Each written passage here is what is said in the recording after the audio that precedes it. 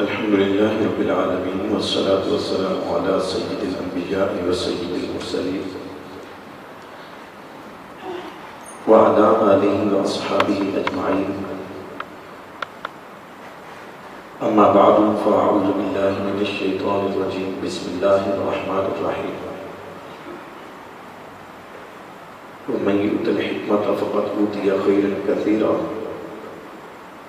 صدق الله مولانا العظيم وصدق رسوله النبي الكريم الرؤوف الرحيم. إن الله وملائكته يصلون على النبي يا أيها الذين آمنوا صلوا عليه وسلموا تسليما.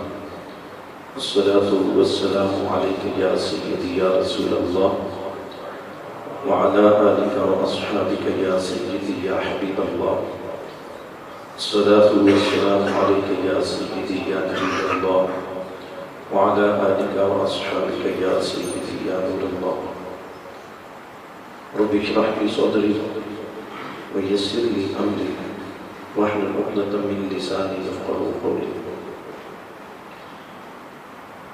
عزیزان علی مرتبت، فہم قرآن و حدیث کی آج کی ہماری جو نشست ہے، اس کے موضوع بنیادی طور پر امام اعظم ابو حنیفہ رحمۃ اللہ تعالی علیہ کے خدمت حدیث کے حوالہ سے ہے۔ سادہ لفظوں میں کچھ گزارشات آپ کے گوش گزار اس ضمن میں عرض کرنی ہے کہ ایک بات کی جاتی ہے کہ جن ائمہ کبار نے فقہ کے حوالہ سے کام کیا ہے ان کا حدیث میں کام کچھ نہیں ہے۔ یہ غیر منصفانہ تاریخی جملہ اور تاریخی نظریہ پیش کرنے کی کوشش کی جاتی ہے، جبکہ حقیقت بالکل اس کے برعکس ہے۔ ائمہ فقہ نے جب بھی فقہ کو مرتب کرنے کے لیے کوئی کام کیا ہے تو انہوں نے سب سے پہلے قرآن کریم سے مدد لی ہے، پھر حضور نبی پاک صلی اللہ علیہ وسلم کے فرمان مبارک یعنی حدیث مبارکہ سے مدد حاصل کی ہے۔ اس میں ہمارے امام اعظم ابو حنیفہ رحمۃ اللہ تعالی علیہ، جن کی فقہ حنفی کے حوالہ سے ہم تقلید کرتے ہیں، آپ کو اگر دیکھ لیں تو امام اعظم ابو حنیفہ رحمۃ اللہ تعالی علیہ کا سب سے بڑا امتیاز یہ ہے کہ جتنے بھی محدثین ہیں، سیاستہ کے مؤلفین ہیں، جو امام بخاری، امام مسلم، امام نسائی، امام ترمذی، امام ابو داؤد، یہ جو ہستی ہیں یہ ساری کی ساری کسی نہ کسی حوالہ سے امام اعظم ابو حنیفہ رحمۃ اللہ تعالی علیہ کی یا شاگرد ہیں یا ان کے شاگردوں کے شاگرد ہیں۔ اور دوسرا یہ ہے کہ امام اعظم ابو حنیفہ رحمۃ اللہ تعالی علیہ وہ ہستی ہیں جنہوں نے علم حدیث حضور کے گھر سے ملا ہے۔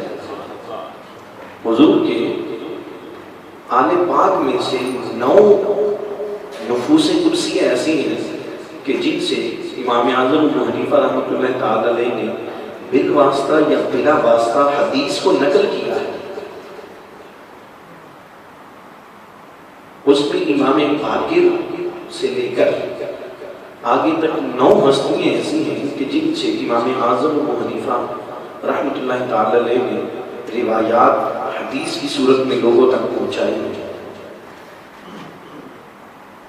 اور اسی طرح کہ پوری دنیا میں جو محدث شاگرد ہیں ان کی تعداد 4000 سے زائد بیان کی جاتی ہے۔ اب ایک شخصیت جن کے شاگرد جو ہیں ان کی حدیث کے میدان میں اتنی زیادہ خدمت ہو، کیسے کہا جا سکتا ہے کہ انہوں نے حدیث کو حدیث سے صرف نظر کیا ہے؟ یہ صرف اور صرف ایک غیر منصفانہ جملہ اور غیر منصفانہ نظریہ ہے۔ آپ اگر تحقیق کریں آپ کو صرف ایک ہی خاندان میں حدیث لیتے ہوئے امام اعظم ابو حنیفہ رحمۃ اللہ تعالی علیہ ایک ہی گھر سے 3 افراد، امام زین العابدین کے 3 بیٹے، امام زین العابدین کے 3 بیٹے، سب سے معروف حضرت امام باقر، ان سے بھی امام اعظم ابو حنیفہ رحمۃ اللہ تعالی علیہ نے حدیث کو نقل کیا ہے۔ اسی طرح امام باقر کے بھائی ہیں امام زید بن علی، ان سے بھی امام اعظم ابو حنیفہ رحمۃ اللہ تعالی علیہ نے حدیث کو نقل کیا ہے۔ اور پھر ان کے تیسرے بھائی ہیں حضرت امام باقر کے اور امام زین العابدین کے تیسرے شہزادے عبداللہ بن علی، ان سے بھی امام اعظم ابو حنیفہ رحمۃ اللہ تعالی علیہ نے حدیث کو نقل کیا ہے۔ اب اگر ان کا حدیث کے ساتھ تعلق نہیں تھا تو انہوں نے پھر ان سے حدیثیں کیسے نقل کر دی؟ امام اعظم ابو حنیفہ رحمۃ اللہ تعالی علیہ اور دیگر فقہا، انہوں نے جب بھی فقہ کے اوپر کام کیا ہے تو انہوں نے کبھی بھی حدیث سے تجاوز نہیں کیا۔ بحیثیت مسلمان، بحیثیت حنفی مقلد، ہمیں اس چیز کا ادراک ہونا چاہیے کہ ہمارے امام اعظم ابو حنیفہ رحمۃ اللہ تعالی علیہ نے حدیث میں دیگر محدثین کی نسبت میں سب سے زیادہ کام کیا ہے، لیکن چونکہ یہ کام اس وقت کی ضرورت تھی، حدیث کو نقل کر دینا اور فقہ کو مرتب کرنا، ایک مثال سے سمجھیے۔ ایک یہ ہے کہ آپ سے کوئی شخص مسئلہ پوچھتا ہے تو آپ نے کسی کا سنا ہوا مسئلہ سیم ویسے ہی آگے بیان کر دیا، بڑا آسان کام ہے، کوئی مشکل کام نہیں ہے۔ لیکن ایک یہ ہے کہ آپ سے کوئی مسئلہ پوچھتا ہے، آپ تلاش کرتے ہیں، آپ اس کو کسی جگہ پر ملتا ہی نہیں ہے، قرآن کریم میں نہیں ملتا، حدیث میں نہیں ملتا، آپ اپنا ذہن دوڑاتے ہیں، کسی جگہ پہ آپ کو اس کا حوالہ نہیں ملتا، لاکھوں مسائل ایسے ہیں، اور پھر آپ تحقیق کر کے اس مسئلے کو قرآن کی آیات کے ساتھ یا حضور کی احادیث کے ساتھ ملا کر اس کے ساتھ اس کو کنسولیڈیٹ کر کے اس کے ساتھ اس کی ایک جہت پیدا کر کے اگر آپ اس مسئلے کا حل نکالتے ہیں تو اصل کام یہ ہے جس پہ آپ محنت کریں، اور یہی کام جو ہے امام اعظم ابو حنیفہ رحمۃ اللہ تعالی علیہ نے کیا۔ انہوں نے حدیث کو روایت بہت کم کیا ہے،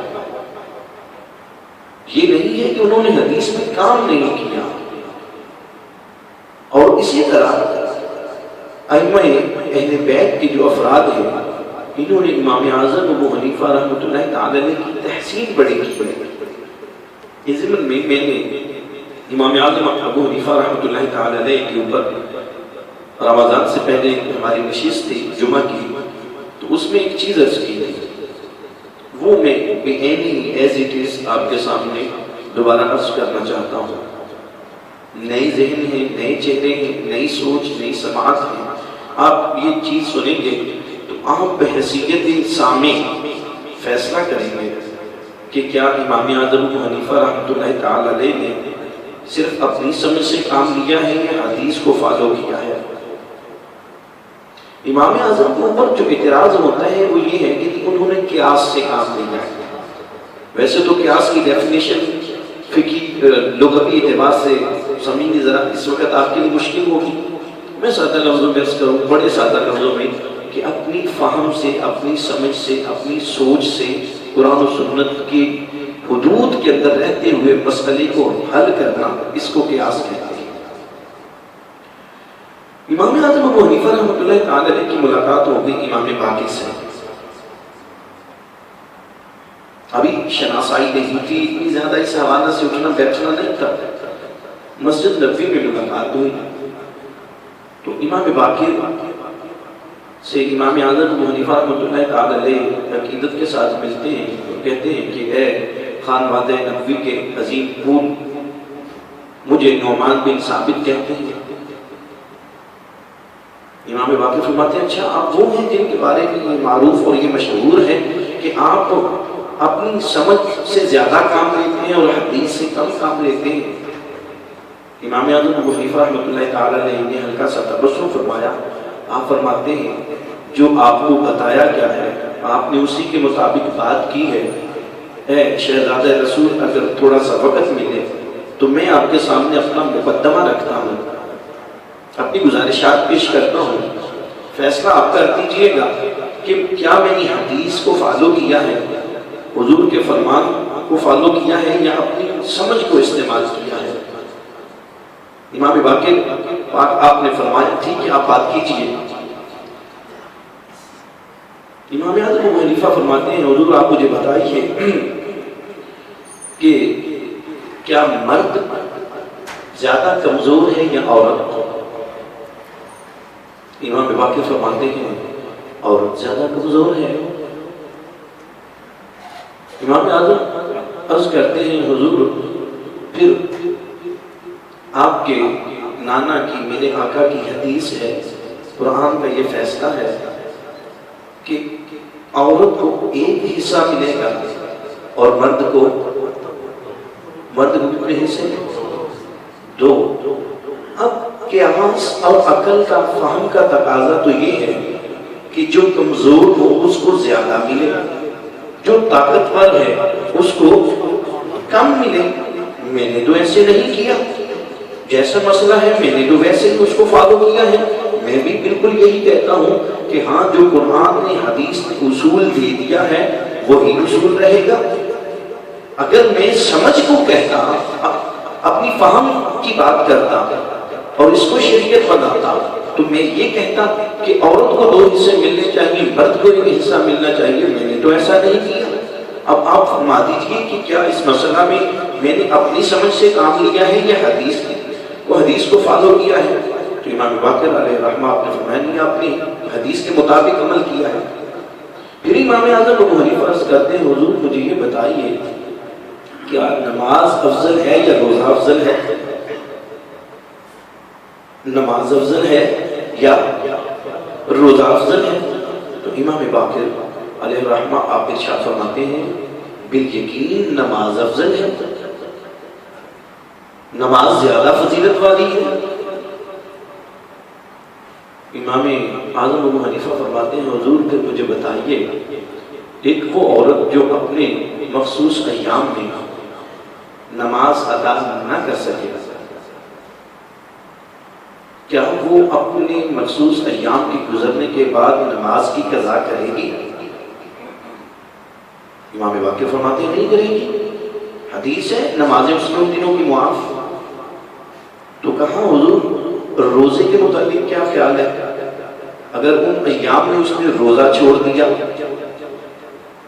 تو روزے کی قضا کرے گی؟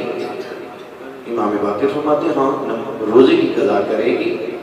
تو آپ نے فرمایا کہ اگر میں اپنی سمجھ اور قیاس سے کام لیتا تو میں یہ کہتا کہ جو زیادہ افضل چیز ہے زیادہ فضیلت والی ہے اس کی قضا ہونی چاہیے نہ کہ کم فضیلت والی چیز کی قضا ہونی چاہیے. میں نے تو ایسے نہیں کیا، میں نے کہا جیسے حدیث ہے جیسے فرما دیا گیا ہے ویسے ہی کرنا ہے. تیسری اور آخری چیز امام باقر فرماتے ہیں حضور مجھے یہ بتائیے گا اب نوجوان بالخصوص اس مسئلے کو سمجھنے کی کوشش کیجیے گا. کچھ ورڈز شاید میں اشارہ تک اگلی بات میں عرض کروں. حضور پیشاب زیادہ ناپاک ہے یا وہ قطرات؟ آپ کو سمجھانے کے لیے عرض کرنے لگا ہوں کہ جن سے انسانی وجود تخلیق آتا ہے. سمجھ لگی؟ امام باقر فرماتے ہیں پیشاب زیادہ ناپاک ہے. پیشاب مسئلہ بھی یہی ہے، بات بھی یہی ہے، پیشاب زیادہ ناپاک ہے. تو آپ فرماتے ہیں حضور اگر میں سمجھ کی بات کرتا قیاس کی بات کرتا تو میں یہ کہتا کہ آدمی جب بھی پیشاب کرے اس وقت اس کے اوپر غسل فرض ہو جانا چاہیے کیونکہ وہ زیادہ ناپاک ہے، وہ بھی انسان کے جسم سے نکل رہا ہے. عقل تو اس چیز کا تقاضا کرتی ہے کہ جو چیز کم ناپاک ہے جب وہ جسم سے نکلے اس وقت اس کے بعد عمل کم کرنا چاہیے کیونکہ اس کا درجہ کم ہے. لیکن نہیں، اگر اس کا ایک قطرہ بھی انسانی جسم سے نکل آتا ہے تو غسل کرنا پڑ جاتا ہے، اور پیشاب 20 مرتبہ بھی کیا جائے جو کہ زیادہ ناپاک ہے تو تب غسل تو نہیں کرنا پڑتا، کیا کرنا پڑتا ہے؟ استنجا، وضو، آپ وضو والی بات کہیے، تب وضو کرنا پڑتا ہے۔ تو میں نے تو قیاس کو یہاں پر عمل دخل نہیں دیا، میں نے تو صرف یہ سمجھا ہے جو میرے حضور نے فرما دیا ہے بات بالکل وہی ہے۔ میرے پڑھے لکھے عزیز دوستو، بات صرف آپ کو سمجھانا اس مختصر سی نشست میں یہی مقصود تھا کہ امام اعظم ابو حنیفہ اور دیگر فقہائے احناف کے ساتھ یہ ایک ناانصافی کی جاتی ہے، اور یہ کہا جاتا ہے کہ معاذ اللہ انہوں نے حدیث سے کام کم لیا ہے، اپنی سمجھ سے کام زیادہ کیا ہے۔ یہ واقعہ جب بیان کیا تو امام باقر نے ان کو اپنے سینے کے ساتھ لگایا اور آپ نے فرمایا کہ میں یہ کہتا ہوں کہ اس روئے زمین پر اس وقت آپ سے زیادہ نہ کوئی قرآن کو سمجھنے والا ہے، نہ کوئی حدیث کو سمجھنے والا ہے۔ یہ ہے قرآن و حدیث کو سمجھنا، اور اسی کو سمجھ کر ہمارے ائمہ نے فقہ کو مرتب کیا، اور اس کے سہارے کے تحت ہم اپنی عبادات، اپنے معاملات گزار رہے ہیں۔ اللہ تعالیٰ ان بزرگوں کی قبروں کے اوپر اپنی رحمت نازل فرمائے، آمین۔ وآخر دعوانا